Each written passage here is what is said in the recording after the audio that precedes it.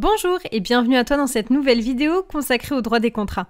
Aujourd'hui, nous allons voir ensemble le contenu certain du contrat. Pour ce faire, nous verrons dans un premier temps la définition, puis la méthode de détermination de la prestation, la détermination du prix, les exceptions à la détermination du prix et enfin nous terminerons cette vidéo par un QCM issu du manuel 1000 QCM en droit des obligations. Tu es prêt? Alors c'est parti! Pour continuer tes révisions en droit, abonne-toi à ma chaîne YouTube et retrouve-moi aussi sur Instagram et LinkedIn. Et si tu veux progresser encore plus vite, révise avec la collection 1000 QCM sur libredroit.fr. Tout d'abord, une définition. L'article 1128 du Code civil précise que pour que le contrat soit valide, son contenu doit être licite et certain.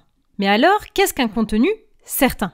Un contenu certain, c'est celui qui peut être déterminé ou encore déterminable. Quelle est alors la méthode de détermination de la prestation? Tu peux noter que les parties doivent être en mesure, grâce à des éléments, de déterminer ultérieurement la prestation sans être contraint d'établir un nouveau contrat. Première méthode, déduire la prestation de la volonté des parties. Deuxième méthode, on peut se référer aux usages. Aussi, la détermination unilatérale de la prestation semble impossible.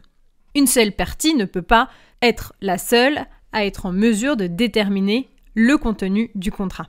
Concernant les contrats aléatoires, ici les parties sont d'accord sur l'aléa. Donc c'est une exception et la prestation peut ne pas être déterminable ici.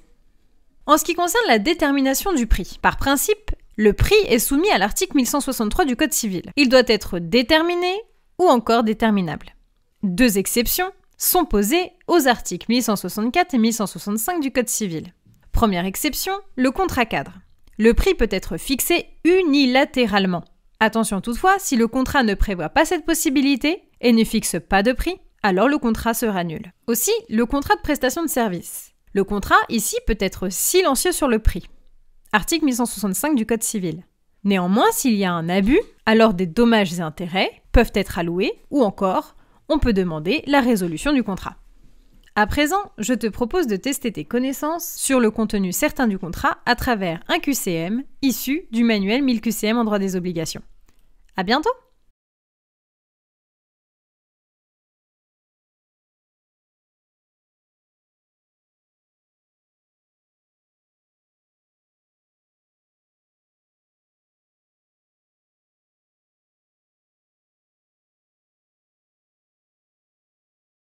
Si cette vidéo t'a plu, pense à la liker et à t'abonner. Et pour continuer tes révisions, va voir la collection 1000 QCM dans ma librairie numérique libredroit.fr.